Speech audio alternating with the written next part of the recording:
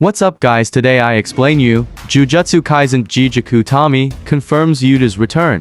And don't forget to like this video, subscribe this channel, because we are close to hit the 1,200 followers and now have fun with the video. Jujutsu Kaisen is currently incredibly close to the end of the manga, and fans know that right now. The author is simply doing his best to tie up as many plot threads as possible. Of course, the battle in Shinjuku is finally over, which means that fans will only get major reveals in the upcoming chapters, with the story focusing on quite a lot of exciting lore, and possibly a new world order being set up in Japan. GJK Chapter 269 opened up the door to that, thanks to quite a lot of information about the three great clans, and at the same time, lore about Tengen as well. However, the question that fans wanted answered the most in GJK Chapter 269 was pertaining to the death of Yuta. Finally, the answer has been revealed and it is safe to say that everyone's favorite young sorcerer has finally returned.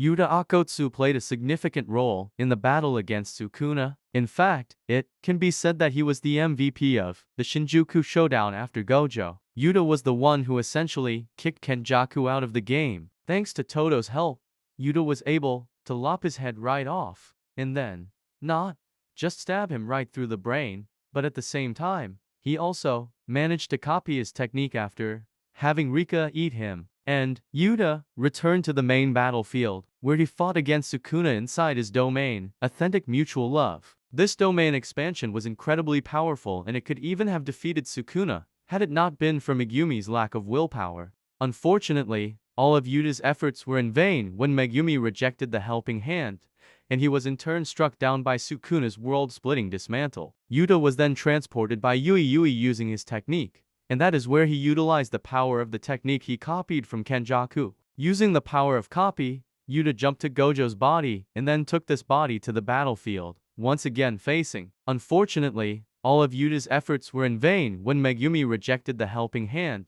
and he was in turn struck down by Sukuna's world-splitting dismantle. Yuta was then transported by Yui using his technique, and that is where he utilized the power of the technique he copied from Kenjaku. Using the power of copy, Yuta jumped to Gojo's body and then took this body to the battlefield, once again facing.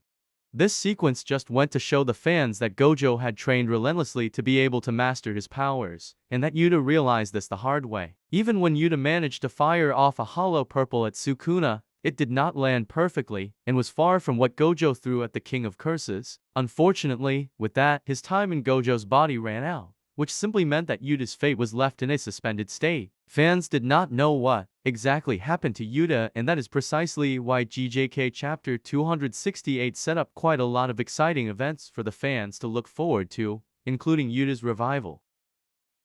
GJK Chapter 269 finally confirmed the return of Yuta. Fans knew that Yuta had returned in last week's chapter. In fact, Yuji had already mentioned that Yuta was back, but they needed to save him. In this week's chapter, it was confirmed to the fans that they needed to save him from none other than Maki, and that he was already back at this point in the story. This was because Maki was incredibly upset at Yuta for doing what he did, and now, it was explained to the fans what exactly happened after Yuta lost control of Gojo's body. Essentially, Kenjaku's technique ran out, and that simply meant that he could not connect with Rika anymore due to being in Gojo's body. But, as soon as his technique ran out and rebooted, Rika was able to reconnect with Yuta's body, which had already died. Essentially, Rika was able to utilize her own healing powers and maintain a connection to the living world for Yuta through herself. Without Rika, Yuta would most likely have died. But, thanks to her presence, Yuta managed to keep a live link to his main body, and,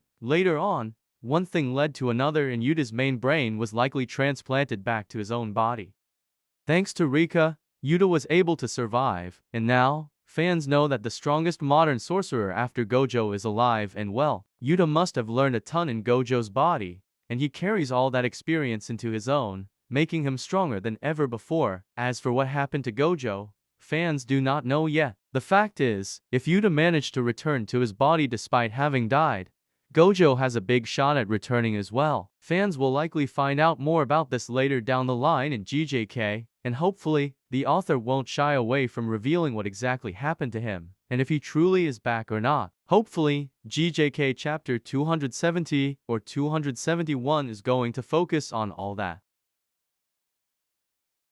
Yuta Okkotsu doesn't seem to have a specific role cut out for him in the series right now. In fact, the same goes for the vast majority of the sorcerers that fans know. This is simply down to the fact that Jujutsu Kaisen is ending, and there doesn't seem to be anything left for the sorcerers to do other than simply talk things out and possibly set up a better society for the future. Yuta won't have much to do right now, but that doesn't mean that in any potential GJK sequel, he will simply sit by idly. After the potential death of Gojo, fans know for a fact that Yuta is now the strongest, rivaled by a few individuals, such as Yuji, among others. Yuta must now lead by example, and without him, the society will utterly collapse.